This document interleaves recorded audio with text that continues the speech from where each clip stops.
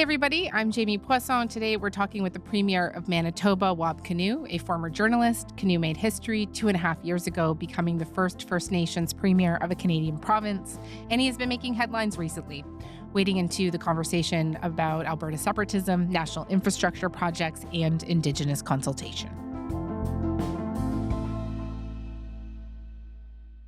Premier, thank you so much for being with me. It's really great to have you today. Yeah, thanks for having me on your show. So I think I have to start with the issue that's looming over the country right now, separatism.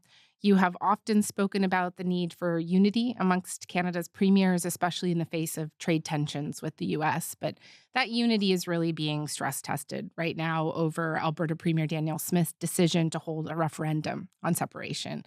You are calling for a pause on referendum talks for at least a year, right? And just how would that solve, you think, the fundamental fractures here? Well, I don't think there should be a referendum at all, just to be very clear. Holding off for a year or two, I guess, is just a way of phrasing it to try to recognize some of how some people are feeling in Alberta. But no, I love Canada, and somebody's got to stick up for our country, and a lot of people will in the coming months. But I think the best thing is if just there was no referendum at all, and we were just focused on Canada and focused on fighting Trump and focused on continuing to be the best country out there. I want to ask you about an exchange between you and the Premier of Alberta last week. So during the closing press conference of the Western Premiers meeting, you kind of jumped in when Premier Smith said that the court was wrong and anti-democratic when it ruled that the government had failed to properly consult First Nations around the referendum question. But we want to make sure that we have a very clear understanding of what the duty to consult really means and what it doesn't mean. And I think at the moment there's a lack of clarity on that. She was saying essentially that the duty to consult should be applied to major projects, not citizen initiative petitions, et cetera. And you've talked a lot about... Sorry, I'd like to respond. So I think we know that is not correct, a lot of what you just said there, Premier Smith, specifically. Why was it important for you to speak up in that moment? Well, I love Canada, and I don't want to see campaigns to break it up. And in particular, I don't want to see campaigns to break up Canada that are based on fake news. And that description that you just repeated there is not true. Like, that is not an accurate description of the facts, as I explained in that clip. The court wasn't ruling that the duty to consult should quash the people trying to gather the petitions for the referendum, right? The court ruled that the way the UCP handled the referendum law required them to fill the duty to consult. So if separatists are mad right now in Alberta, they should be mad at the UCP for the way they bungled the referendum. Bigger picture, if you're going to try and break up the country, don't do it on false pretenses. I was watching that exchange just through my computer screen. I wasn't in the room. It felt a bit tense to me. Did it feel that way to you? No. Okay. How come? Could you elaborate for me a little bit? Well, I mean, we had a similar conversation earlier. So Danielle Smith, Premier Smith, would know what I was going to say if she went down that road. And yeah, so I don't know. Coming out of that conference, Premier Smith said that Rather than lecturing Albertans about what they should and should not do and should believe and shouldn't, I would like to see other premiers give, as I am, reasons to feel confident in the Western Partnership and reason to feel confidence in Canada. And what is your response to essentially the accusation from the Alberta Premier that you're like lecturing Albertans? Well, I said what I meant, and I meant what I said, and I encourage people to look at my commentary, which was, don't have a referendum. And why don't you, if you're upset with Justin Trudeau, who's no longer the prime minister, why not just take a look at the country and see if we get these pipelines built? Mm-hmm. There's obviously a ton of focus from the federal government to try and build a pipeline going west. And in Manitoba, we're very interested in building up a pipe to go to the Port of Churchill. Both of those things would help Alberta in the future, where there's already pipelines currently exporting Alberta energy that go through our province and others. So we are doing a lot right now, and I'd like to see us do more in the future. So yeah, I think that's a positive message for Alberta. I want to get to the Port of Churchill in a couple of minutes, but just before we do, BC Premier David Eby reacted to Alberta's recent energy deal with Ottawa, which essentially paved the way for that pipeline that you were talking about to the West Coast. Um, he said that Canada needs to stop rewarding bad behavior. We cannot have bad behavior decide who gets engaged with by the federal government. We need to hold this country together. We need to fight for this country every single chance. And that premiers shouldn't get their projects prioritized by threatening to leave the country. If separatist premiers, others get all of the attention of the federal government, we cannot. Do you agree with Premier Eby here? Is Ottawa rewarding bad behavior? I think Ottawa, meaning Mark Carney, is what I Sure. interpret you're asking about. He's got a tough job right now with what's going on. And I think he's doing a good job given the cards that he's been dealt. Myself, it's not really about Premier Smith and I, or Premier Eby and Premier Smith. It's about Albertans, and it's about Manitobans, and it's about Canadians. And I love this country. And I think the thing you got to remember is that, like, the vast majority of Albertans love Canada too and want it to remain part of it. So, if anything, I'm just trying to help give voice to what I think is a sizable silent majority in that province. Yeah, do you think that Alberta, though, is getting special treatment right now? Well, it should. We should all get special treatment based on what we bring to the Confederation. But more than Manitoba, because of their threats to, have this referendum. Do you think their pipeline is being prioritized over your projects that you want to push forward? No, I love Albertans, and I love Canadians, and I love Manitobans. So I just think the positive way is to try and bring people together. And, if you want to talk politics, and I mean, like, you in the general sense, not you specifically, the host of this show. If you want to talk politics, that's a recipe to continue arguing forever. But if you want to build something, we just roll up our sleeves and get to it. That's how you bring people together.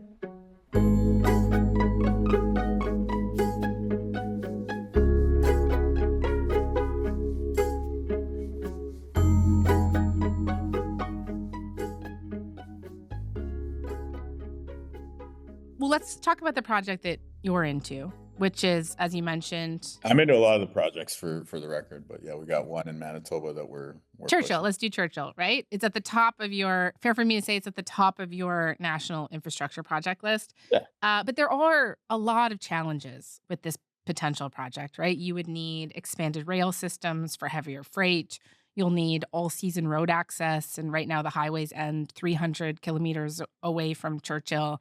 And then there's the port itself, which will also need to be kind of year-round, right? It's only open for about 4 months a year right now. And given all of these challenges, do you think you've put a lot of backing into a project that, I know many people think has a very slim chance of going forward?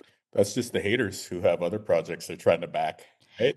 There are haters out here. I mean, haters in your province, certainly. You got to understand, like, everybody who talks to media, like, they have their own secret project in their back pocket. And so they're like, oh yeah, Churchill never happened. But, this other port or this other project, that's where it's at. It's kind of funny. It is very political. Everyone's jockeying for position. The most serious challenge, like, of the ones you listed, like, the first two would get built as a matter of course. And the most serious logistical challenge is the ice. But here's what I would say to people, like, on the climate change front, it is very clear that this shipping lane is going to open by the end of the century.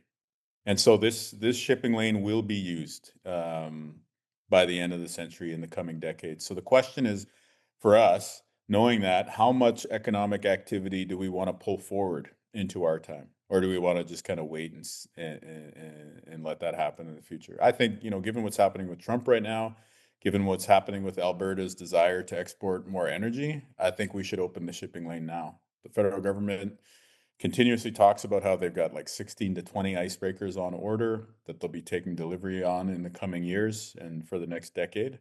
So let's put some of those to work, opening up a shipping lane.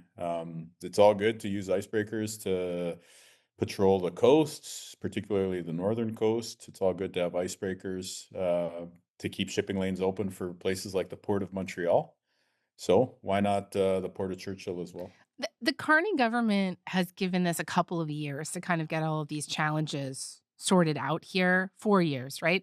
If not, I guess the idea is that the port expansion won't go ahead. It took 12 to 13 years I for don't know if it's an ultimatum, to be clear. So, like, I think that's the prime minister's target, and I'm the one who interpreted as we a need to do this deadline. by 2030. Well, just Yeah, I'm the one who's put that spin on it, to be clear. let's even talk about it as a target, right? It took 12 to 13 years for both the Trans Mountain Pipeline and Kitimat to be planned and approved. And just, this is for about 4 years is what many people would call a completely undoable timeline here. And is this a polite way of Carney telling you this is not at the top of his national priority list? I don't know. You'd have to ask the prime minister that. Well, I mean, you talk to the prime minister way more than I do. Like, do you think that this is at the top of his national priority list? He keeps mentioning it. It's in the federal budget this year, so seems like they like it. But it's not. It's notably not one of the nation building priority projects on the list. Like, do you think they're squarely behind it, or? I do. I've had a number of CBC journalists try to joust about what's on the list, and if you ask the feds, they will tell you that nothing's on the list right now. So we're in the running. I think there's maybe 11 projects that are consistently mentioned as nation building projects and nation building strategies, and Churchill is one of them. So we're going to use that window of opportunity to open an economic corridor through the north. So if you wanted to build something fast, what I would suggest is, one, you get Indigenous nations on board and provide regulatory certainty. So if you had a pipeline that was entirely within one provincial jurisdiction, as this one might be, that could help provide a regulatory pathway going forward. And then the other thing is you probably want to structure the construction phase in a way maybe similar to what we did in Manitoba with the Manitoba-Minnesota Transmission Project, where we had multiple contractors working at the same time, and there was an incentive structure baked in so that if one contractor finished their length of the transmission project, they could take over and take money off the table, basically, from the other contractors who were moving more slowly. Other countries do things like this. Russia, China, other countries do this. They decide on a big goal. They put their best minds. They put the biggest, policy heavyweights onto things, and then they get them done. We've been threatened by the most powerful nation in the earth for the past year, and like, what's our response to that be? To just like throw up our hands and say, "Oh, we don't do difficult things in Canada." I refuse to accept that. Instead, I think, you should respond to this historic moment and say, it's never been done before. Well, now's the time to do it. And there's engineering challenges. Get the engineers ready. There's transportation and logistical challenges. Get the logistics experts in here, You're getting quite a bit of pushback from First Nations groups in your own province, right? Which ones? The Garrison Settee, for example, the Grand Chief of the Northern First Nations Advocacy Organization, Manitoba, says any new projects must respect and protect treaty rights. Jerry Daniels, Grand Chief of the Southern Chiefs Organization, is concerned about the long-term environmental sustainability of energy projects in the north. Clayton Thomas Muller, member of the Cree Nation, if these groups oppose the building of pipelines. They're all working with us, though. The premise of your question Well, is they're concerned. incorrect. They're concerned, right? If they end up opposing, But I didn't hear any criticism of Churchill there. well, if they're proposing the building of pipelines in northern Manitoba, of a pipeline in northern Manitoba. No, but what I'm telling you is that the folks that you named, the elected folks in particular, Garrison Settee and Jerry Daniels, are working with us. If they end up opposing a pipeline project, what happens? Well, it's completely hypothetical because they're working with us. Do you right think that they will inevitably support one if it goes ahead? They're working with us right now. They're involved in the Manitoba Crown Indigenous Corporation, which is our joint venture with Indigenous nations to build this project. But do they not have? They have concerns though, right? Current concerns. They might be working with you right now, but they're raising those concerns to you. I'm concerned about your question, to be honest. You have people who are actively working with us to build this project, and you're trying to characterize them as opposed to it. Okay. Here's sort of a quote from Clayton Thomas Muller. We need to mobilize to protest these carbon-intensive proposals and false climate solutions that Mr. Kinew is proposing. It is also extremely insensitive to be talking about pipelines being built across the permafrost of the north and trade corridors to Churchill at the same time as 21 1,000 climate refugees from Manitoba have registered as evacuees with the Red Cross. That's from last summer. And so if there is opposition to That's this, an environmental activist, though. Like, the environmental activists are always going to have their say. okay. So just to be clear, you see no hurdles here um, to building these pipelines when it comes to Indigenous opposition. Well, no, I don't think there is Indigenous opposition. Okay. I think you're inventing that for the sake of your Okay. question. Good. It's good. That is good to know. I'm not trying to invent it. Just trying to get some clarity. Uh-huh.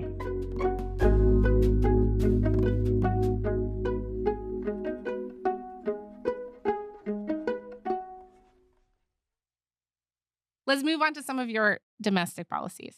Your government has been making headlines for a couple of different tech policies. And I want to talk to you about the ban on social media and AI chatbots for teens under 16 in Manitoba.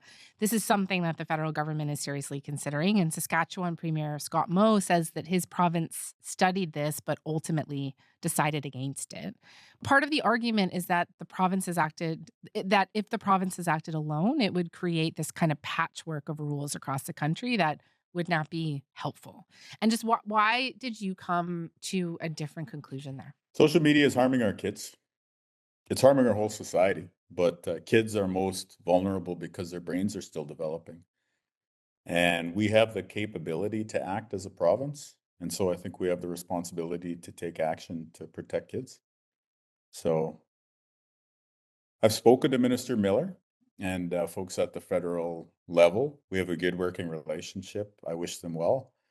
But when you look at anxiety, depression, body image issues, potentially even worse forms of harm to kids, which I don't need to name, I think everybody knows. And then you weigh that against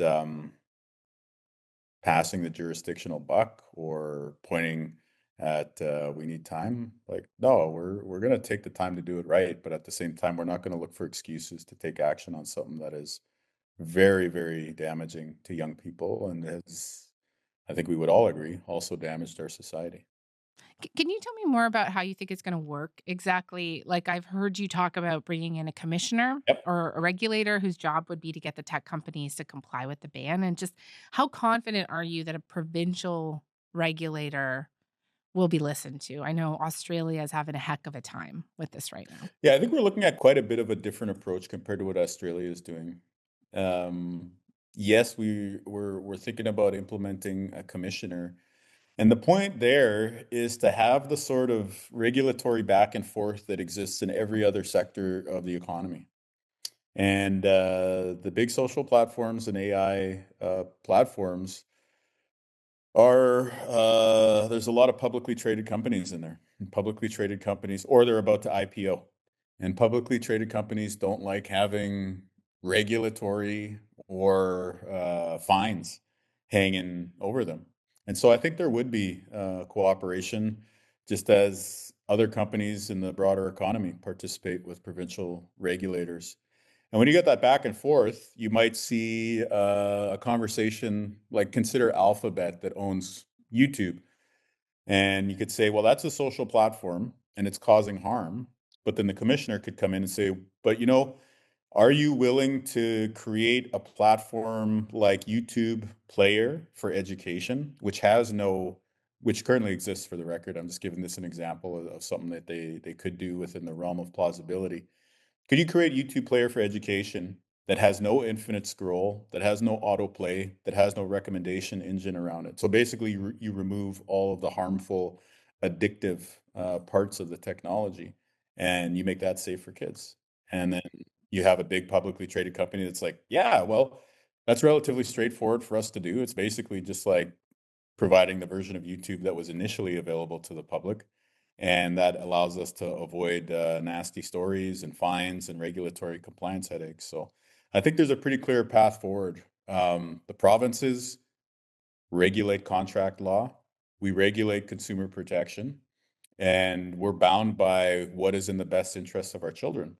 So all these companies have terms of service agreements. All of these companies engage in business practices. I think we're going to argue that some of these business practices are unfair when they target young people.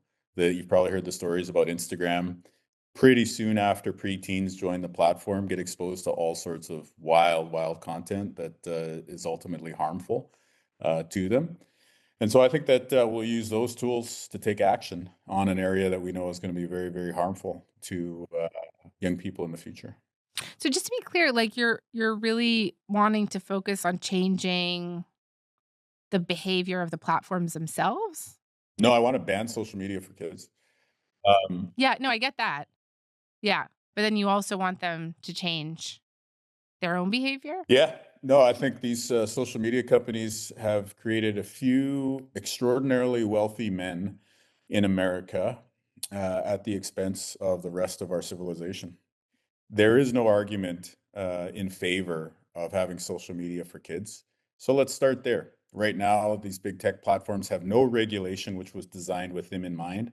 The only regulation for the tech industry was designed for Web 1.0, not Web 2.0. And so let's start in the area where it's completely non-controversial, where we know that there's a harm to children and we need to fix it, and then we'll take it from there.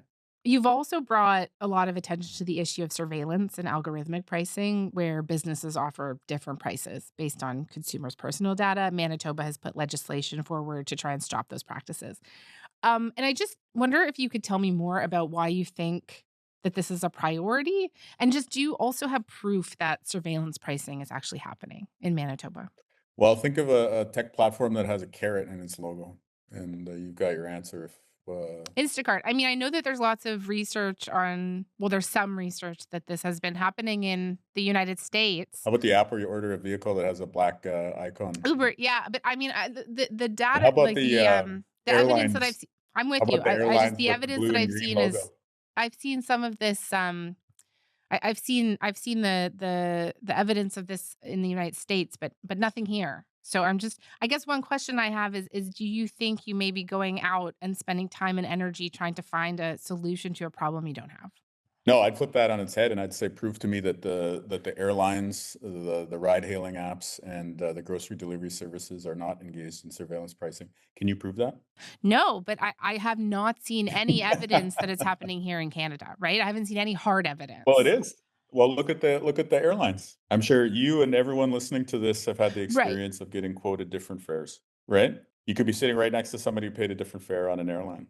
That is predatory pricing. That's surveillance pricing because they're using the cookies on your device to figure out what to charge you, right?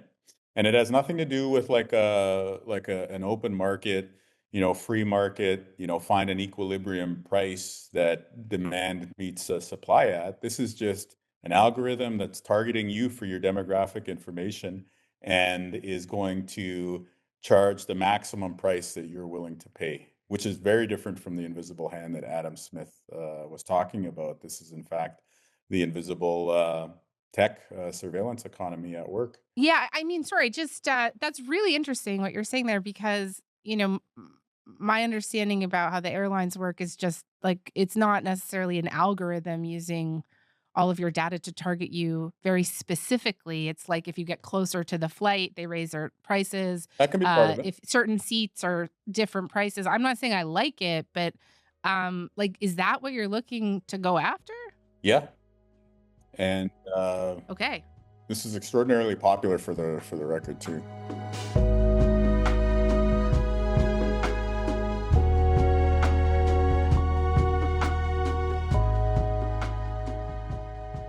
I want to talk to you about crime.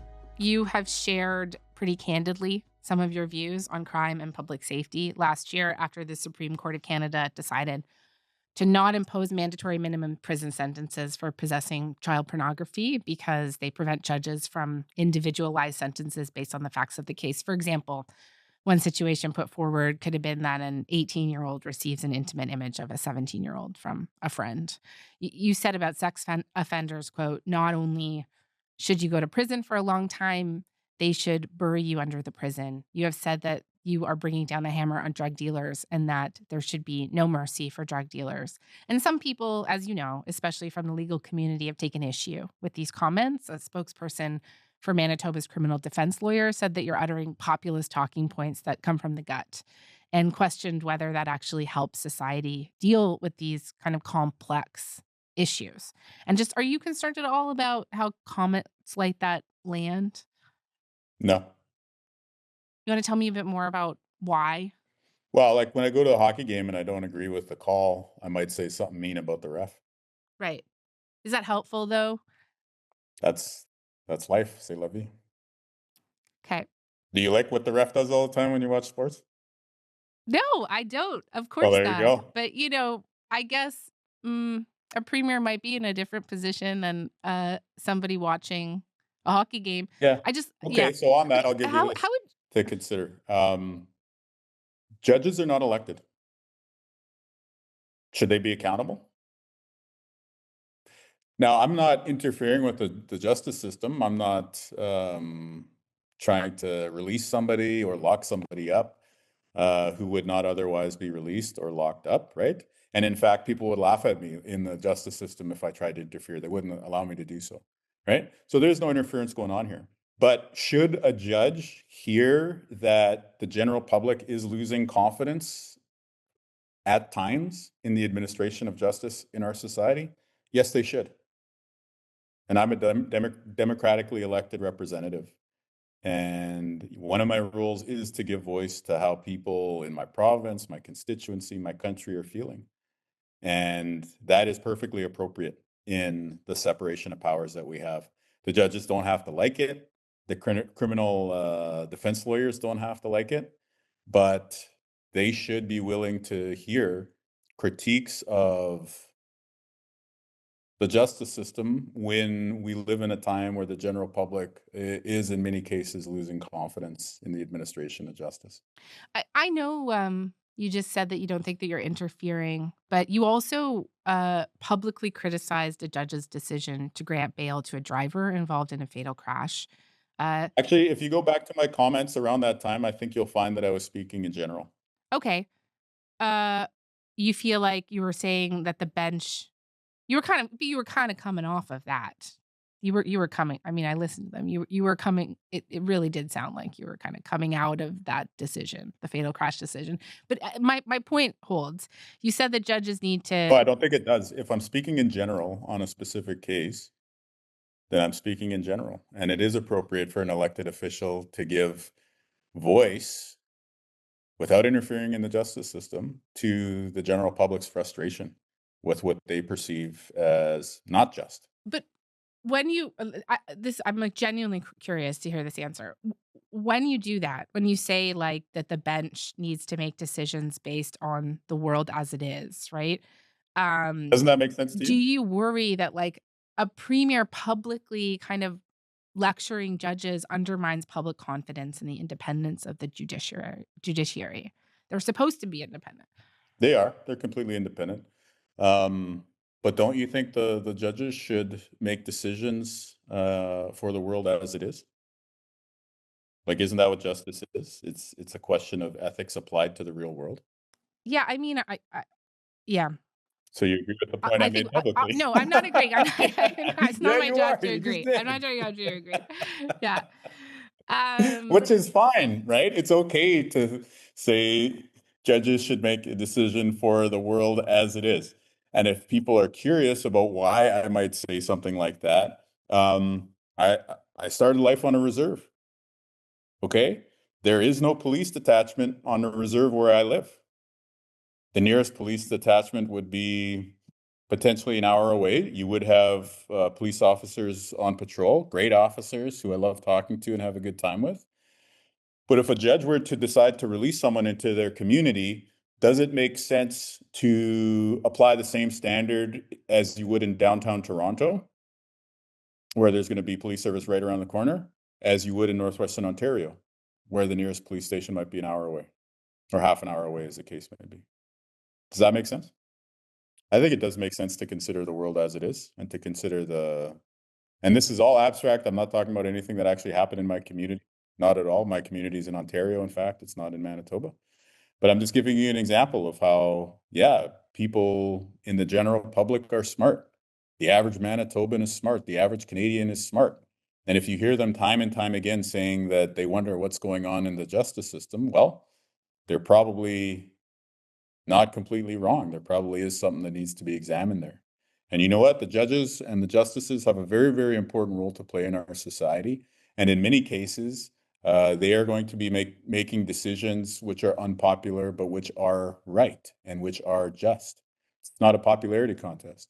But all I'm doing is giving voice to the fact that, well, on the flip side, there does need to be accountability. And the way the accountability for justices work in our system is not through votes and not through the public having a say, but it does work by judges having to reflect on the decisions that they arrive at, which can, I think, properly include comment that is being made in the public, including by elected officials. And if you straw man the argument there, you're free to, but I think people who take that argument in good faith would agree. Can you just tell me a bit more on your views on crime and public safety? Like how would you kind of boil them down and articulate them? What guides them? I think safety is the fundamental responsibility of government in a society. Okay. Have you always thought like that? I probably have thought about it most clearly since I read that in Tony Blair's recent book and stole it Oh, from okay. him. Okay. Look, we have gone through a bunch of criticisms today in this interview, but we haven't mentioned that you are pretty popular right now in Manitoba. Your approval rating is something like 60%. It's the highest in the country at the moment. I wonder how you would describe your politics and the kind of politics that you're doing. Well, I just hope that I'm serving the people of Manitoba correctly. Hope Manitobans feel good about our province. It's a beautiful place and it's full of wonderful people. It's got a tremendous future. So hopefully people feel like I'm taking their perspective seriously and helping on issues like healthcare and the economy. A lot of people online would like to see you run for prime minister at some point. Do you want that job? I want to get reelected in Manitoba. I got an election next year. What about after that? There is no after the next election for politicians. There's only now to the next election. Okay. Well, I didn't hear no, but Premier Kinew, thank you so much for this. Really appreciate it. Okay. Thanks for having me on.